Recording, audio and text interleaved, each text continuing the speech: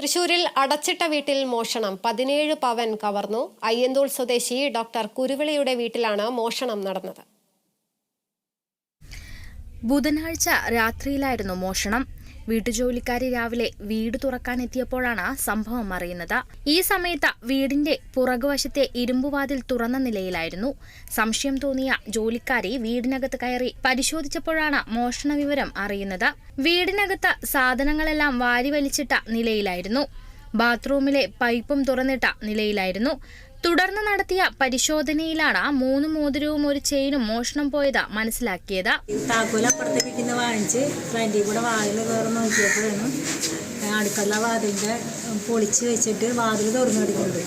വാതിൽ തുറന്നു കണ്ടപ്പോൾ ഞാൻ വിചാരിച്ച് കാറ് ഇടാൻ കൊണ്ടുവന്ന ആൾക്കാരങ്ങനെ തുറന്നിട്ട് മറക്കാമെന്ന് വെച്ച്. പിന്നെ ബാത്റൂമിലെ വെള്ളം ഇങ്ങനെ പോയിക്കൊണ്ടിരിക്കുന്നുണ്ട്. അപ്പം ഞാൻ ചെന്നിട്ട് അത് ഓഫാക്കി കഴിഞ്ഞിട്ട് ഞാൻ അപ്പം തന്നെ സാറിൻ്റെ റൂമിലത്തെ പാലറ്റിയിലെ കാശ് കാണാനില്ല, അത് അങ്ങനെ തന്നെ അടുക്കളയിലിരിക്കുന്നുണ്ട്. അപ്പം തന്നെ ഇവിടുത്തെ പണിക്കാരനെ ബിജുവിനെ വിളിച്ച്, ബിജു അപ്പം തന്നെ ഡോക്ടറെ വിളിച്ചു. അപ്പം തന്നെ ബിജു വന്നു. അങ്ങനെ നോക്കിയപ്പോൾ പിന്നെ മുകളിലൊക്കെ കയറി നോക്കിയിരുന്നു. അപ്പം എല്ലാം വലിച്ചു വരട്ടുണ്ട്. അങ്ങനെ കണ്ട്. വിവരമറിഞ്ഞ തൃശൂർ ടൗൺ വെസ്റ്റ് പോലീസും ഡോഗ് സ്ക്വാഡും വിരലടയാള വിദഗ്ധരും സ്ഥലത്തെത്തി പരിശോധന നടത്തി. CCTV ദൃശ്യങ്ങൾ ഉൾപ്പെടെ ശേഖരിച്ച് അന്വേഷണം ആരംഭിച്ചു.